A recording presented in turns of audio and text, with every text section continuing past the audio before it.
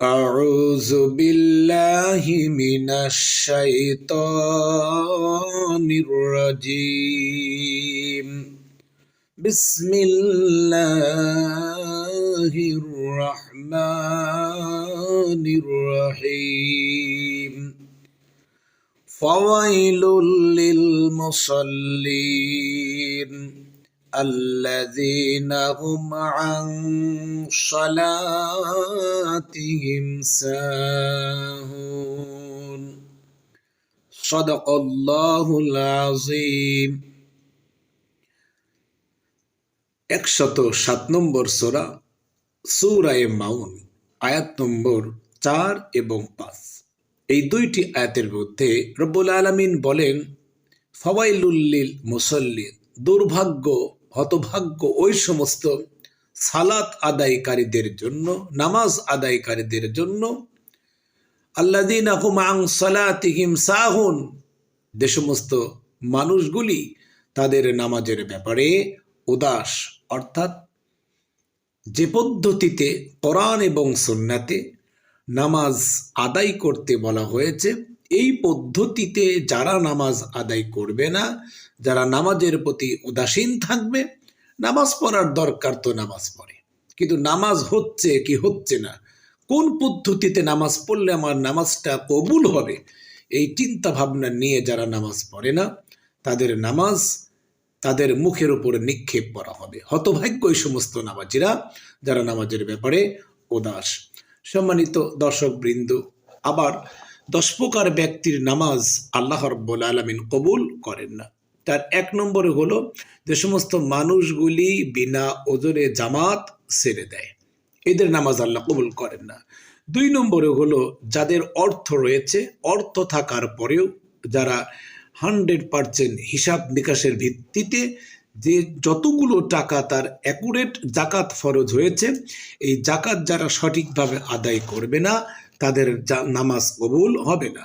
3 নম্বরে কোরআন ও সুন্নাহর দৃষ্টিতে দেশের প্রতিনিধি, ওয়ার্ডের প্রতিনিধি, গ্রামের প্রতিনিধি, এই প্রতিনিধিগণ যদি শরীয়তের দৃষ্টিতে তার দেশের বা তার ওয়ার্ডের বা তার অধীনস্থদেরকে কোরআন সুন্নাহর দৃষ্টিতে সন্তুষ্ট রাখতে না পারেন, কোরআন এবং সুন্নাহর আলোকে তার দেশের জনগণকে যদি সন্তুষ্ট করতে না পারেন, তাহলে তার নামাজ কবুল হবে না।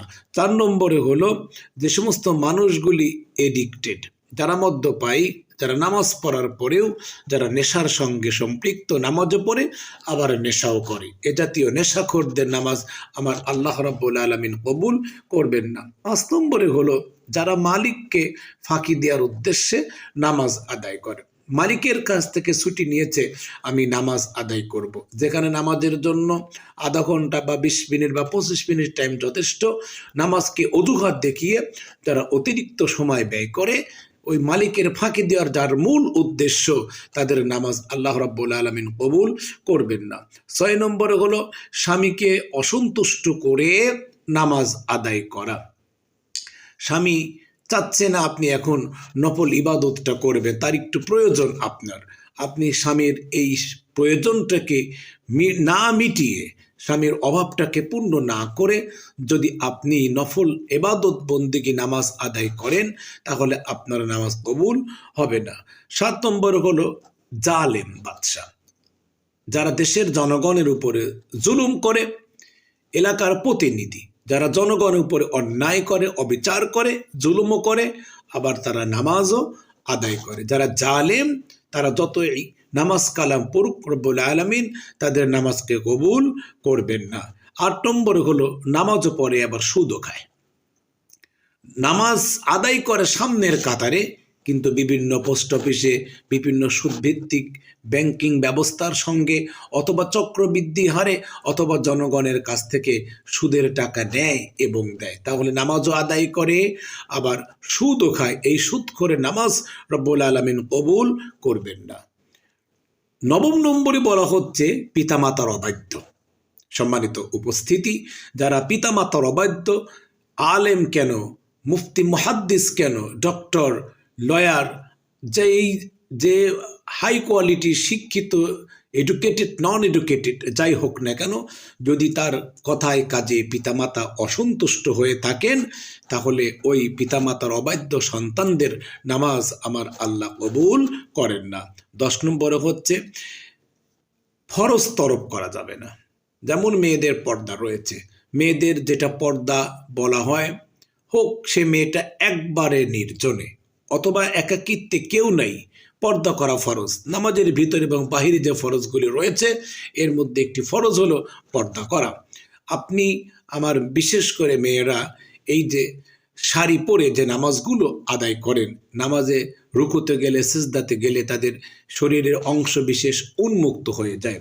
এজন্য মেয়েদের কর্তব্য তার যে সতর, যেন কোনো অবস্থাতেই নামাজ আদায় করবার সময় কোনো অবস্থাতেই পর্দার লঙ্ঘন করা যাবে না, এটা তো 100%।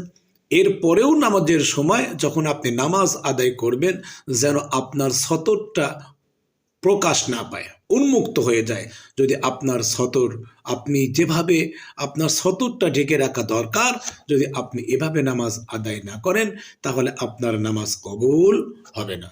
সম্মানিত দর্শকবৃন্দ, আমি আপনাদের খেদমতে আরজ করতে চাই, নামাজকে যদি আমরা হেফাজত করি, তাহলে রব্বুল আলামিন আমাদেরকে জান্নাতের মধ্যেও মর্যাদা, জান্নাতের মধ্যেও সম্মান, আমাদেরকে ইজ্জত আল্লাহ তাআলা আমাদেরকে বাড়িয়ে দিবেন।